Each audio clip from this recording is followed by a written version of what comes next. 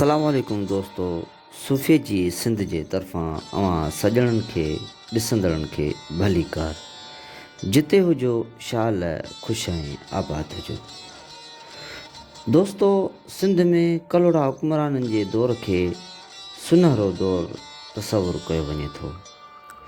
कलोड़ा हुक्मरान लॻभॻि सिंध में 42 सालनि खां मथे हुक्मरानी कई। अॼु असां सिंध जे नामवर हुक्मरान मियां ग़ुलाम शाह कलोड़े बाबति अव्हांखे मुफ़ीद मालूमात ॾेई रहिया आहियूं। मियां ग़ुलाम शाह कलोड़ो सिंध जो हुक्मरान थियो। चवनि था त जान निज़ामुद्दीन ॼाम निंदे खां पोइ खुशहाल धरती सिंध जो आख़िरी हुक्मरान मियां ग़ुलाम शाह कलोड़ो थियो। चवनि था त मियां ग़ुलाम शाह कलोड़ो हज़रत शाह अब्दुल लतीफ़ भिटाई रहमतुल्लाह अलैह जे दुआ सां पैदा थियो। संदसि माउ खे लतीफ़ साईं दुआ ॾिनी त तोखे हिकु पुटु थींदो जेको सिंध जो हुक्मरान थींदो। ऐं वक़्तु गुज़रंदे आख़िर जून 1757 ईस्वी में मियां ग़ुलाम शाह कलोड़ो सिंध सॻोरीअ जो हाकिम बणियो ऐं उन पंहिंजे हिमत, बहादुरी, जुरत, शुजात, दानाई, सचाई ऐं अकुलमंदीअ सां सॼी सिंध खे गॾाए हिकु करे हुक्मरानी कई। चवनि था त मियां ग़ुलाम शाह कलोड़े जे दौर में वॾियूं जंगियूं थियूं जेके खटियूं वयूं। मियां ग़ुलाम शाह कलोड़े कच्छ खे फ़तह कयो ऐं कच्छ जे राजा जी धीअ सां शादी कयईं, जंहिंखे सिंध राणीअ जो लक़ब ॾिनई।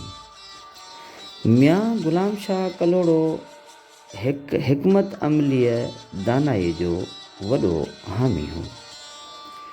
मियां ग़ुलाम शाह कलोड़े जे दौर में सिंध खे वॾी तरक़ी नसीब थी, जिन में क़िला, कोठियूं, मस्जिदूं, मक़बरा, बाज़ारूं ऐं दरगाहूं शामिल आहिनि। मार्च 1769 ईस्वीअ में गंजे टकर ते हिकु आलीशान क़िलो ठारायो जेको अॼु बि पके क़िले जे नाले सां सॼी दुनिया में मशहूरु आहे ऐं शहर जो नालो नेरोन कोट मटाए हैदराबाद रखियो ऐं उनखे पंहिंजो दारुल हुकूमत बणाई। पके क़िले जे भर में कचो क़िलो बि मियां ग़ुलाम शाह कलोड़े ठारायो।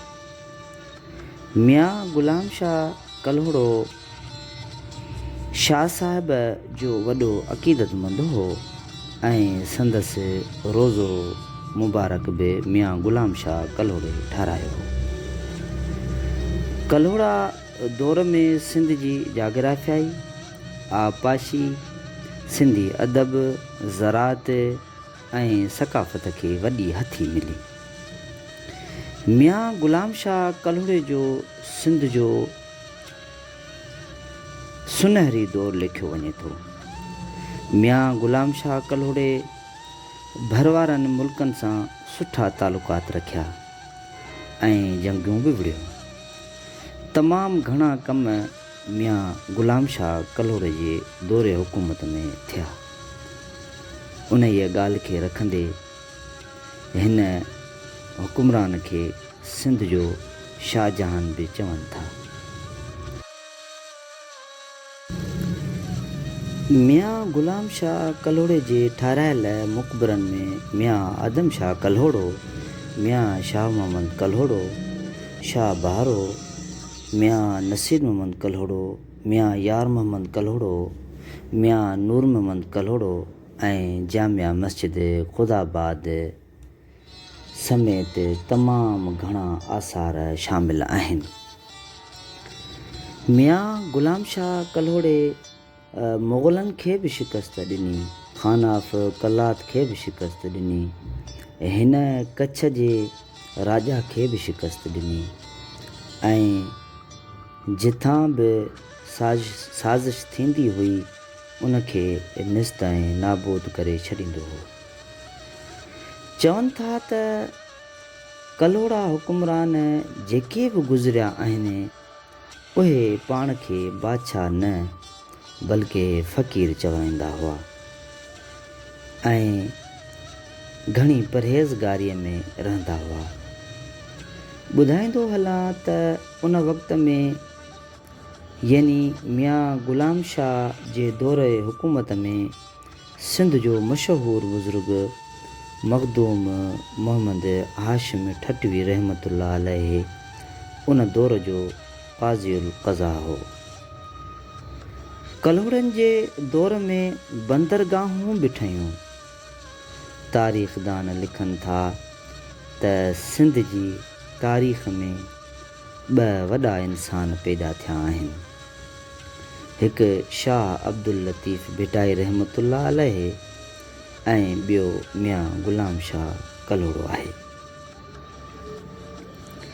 मियां ग़ुलाम शाह कलोड़े सिंध में 16 साल लॻभॻि 16 साल हुकूमरानी कई ऐं सिंध खे मुकमिल ख़ुदि मुख़्तियारी ॾिनी ऐं आज़ाद रियासत बणायो।